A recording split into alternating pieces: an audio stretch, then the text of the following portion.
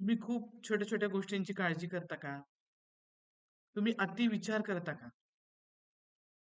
तर निश्चितपणे आजचा हा व्हिडिओ तुमच्यासाठी आहे. शेवटपर्यंत पहा. नमस्कार, मी डॉक्टर अमृता देशमुख. माझ्या स्वास्थ्य या YouTube चॅनलमध्ये आपणा सर्वांचं मनापासून स्वागत करीत आहे. आजच्या माझ्या व्हिडिओचा विषय अतिशय महत्त्वाचा आहे, जो बऱ्याच पेशंटमध्ये आजकाल आढळून येत आहे. असा आजार म्हणजे अँक्झायटी न्यूरोसिस. तर ही अँक्झायटी काय आहे? त्या अँक्झायटी न्यूरोसिसचं कारण काय आहे? त्याची लक्षणं काय आहेत? आणि होमिओपॅथिक उपचार पद्धतीने अँक्झायटी न्यूरोसिस कशा पद्धतीने बरं केलं जातं? त्याला कुठची औषधं वापरायची? हे आज मी माझ्या व्हिडिओमध्ये सांगणार आहे. तर सुरुवातीला आपण अँक्झायटी न्यूरोसिस म्हणजे काय? आणि त्याचं कारण काय आहे ते बघूयात. तर अँक्झायटी म्हणजे कुठच्याही छोट्या-छोट्या गोष्टींविषयी काळजी करणं, चिंता करणं. अतिविचार हे त्या अँक्झायटी न्यूरोसिसचं कारण आहे. मग ते भूतकाळातील विचार असतील किंवा भविष्यकाळातील विचार असतील.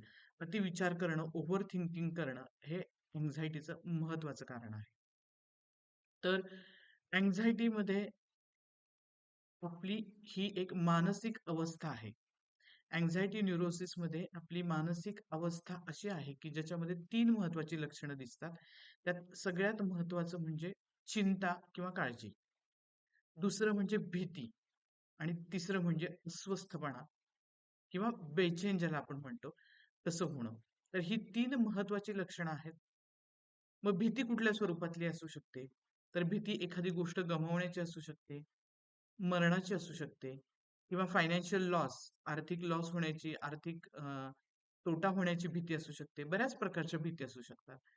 तर काळजी, चिंता, भीती आणि अस्वस्थपणा हे अँक्झायटी न्यूरोसिसची 3 महत्त्वाचे लक्षणं आहेत आणि त्याला महत्त्वाचं कारण म्हणजे ओव्हर थिंकिंग. अजूनही इतर कारणं प्रत्येक पेशंटच्या प्रकृतीनुसार त्याच्यामध्ये असू शकतात आणि त्याची वेगवेगळी लक्षणं प्रत्येक पेशंटच्या प्रकृतीनुसार वेगवेगळी दिसू शकतात.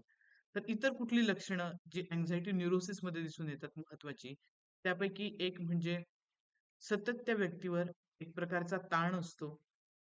एखाद्या व्यक्तीमध्ये अँक्झायटीमुळे, काळजीमुळे त्या व्यक्तीचे हातपाय थरथरत असतात, ज्याला आपण ट्रेम्बलिंग असं म्हणतो.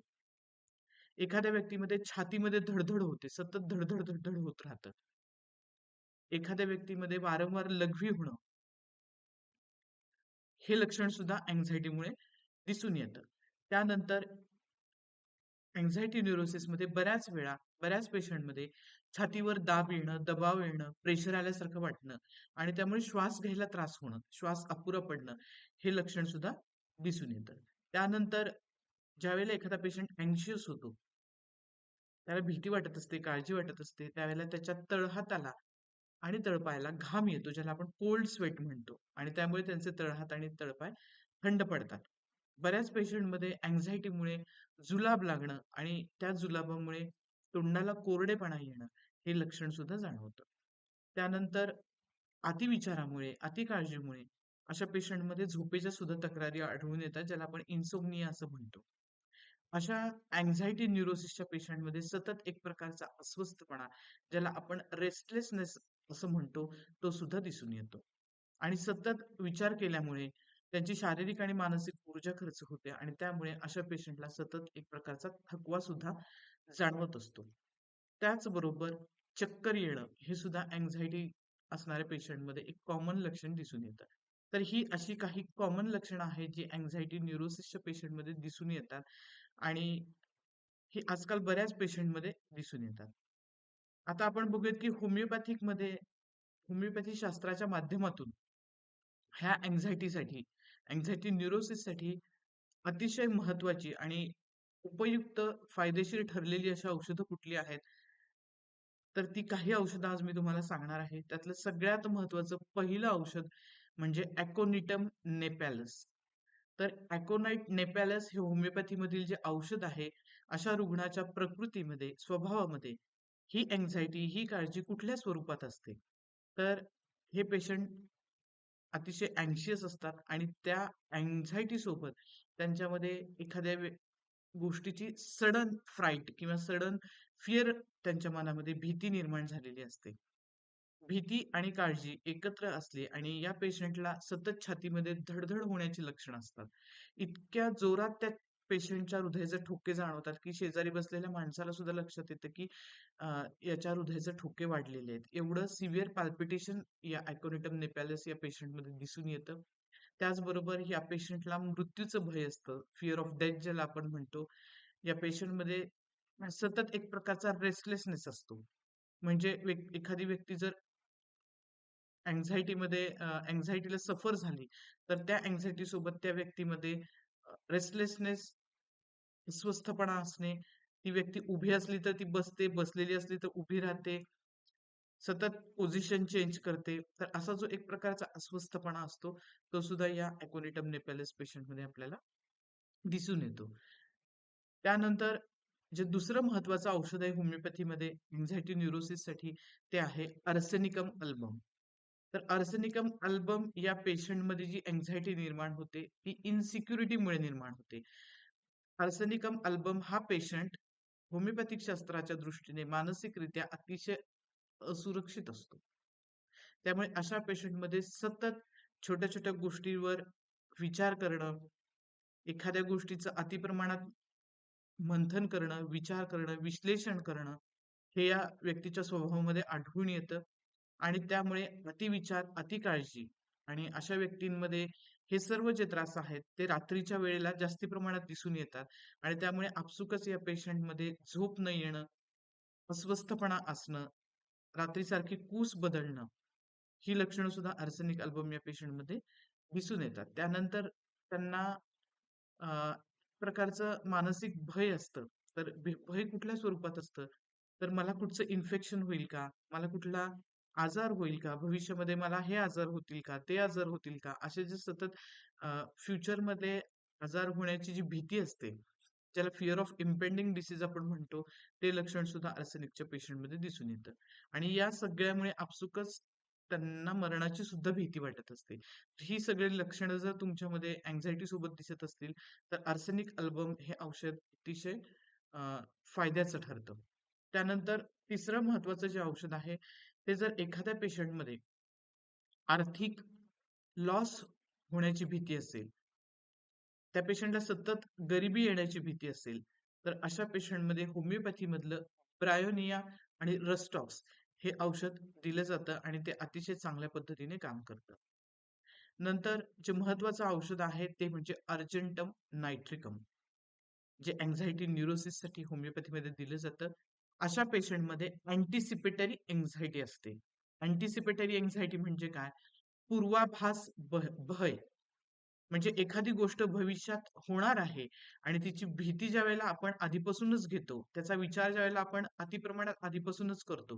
म्हणजे 1-2 दिवसानंतर तुमची एखादी मीटिंग आहे, एखादा कार्यक्रम आहे आणि त्याचा विचार आत्तापासूनच तुम्ही करत आहात, की मी 2 दिवसानंतर त्या कार्यक्रमासाठी कुठले कपडे घालू, त्या मीटिंगसाठी कुठले कपडे घालू, तिथे मला कोण भेटेल, मला काय बोलावं लागेल, मग माझं कसं होईल, ही जी काळजी, चिंता असते, भविष्यात घडणाऱ्या गोष्टींविषयी जी काळजी, चिंता असते, ती अर्जेंटम नायट्रिकम पेशंटला असते.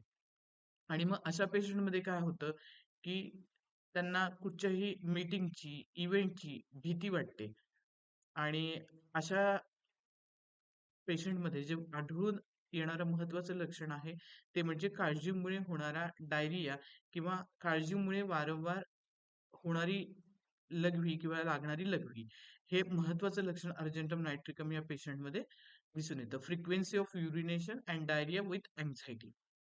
तर हे सुद्धा एक प्रभावी औषध आहे अँटिसिपेटरी अँक्झायटीमध्ये, होमिओपॅथीमध्ये आणि त्याच्यानंतर कालिफॉस हे जे औषध आहे होमिओपॅथीमधलं, ते अशा अँक्झायटीमध्ये उपयुक्त ठरतं, ज्याच्यामध्ये पेशंटला नर्व्हसनेस असतो, निराशा असते, भीती असते आणि अशा पेशंटला गर्दीची भीती वाटते. विशेष करून गर्दीमध्ये जाण्याची, अ, 4 नवीन लोकांमध्ये मिसळण्याची त्यांना भीती वाटते आणि त्यांना एकटं राहायला आवडतं किंवा अ, त्यांच्यामध्ये सुद्धा एक प्रकारचं मृत्यूचं भय असतं, मरणाची भीती वाटते, ज्याला आपण फिअर ऑफ डेथ म्हणतो.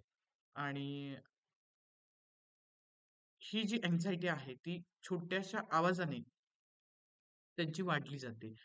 ॲग्रवेट होते. अँक्झायटी ॲग्रवेटेड बाय स्लाइटेस्ट नॉईज हे महत्वाचं लक्षण आहे कालिफॉसमध्ये. त्याच्यानंतर आणखीन एक महत्वाचं औषध आहे ते म्हणजे जलसेमियम.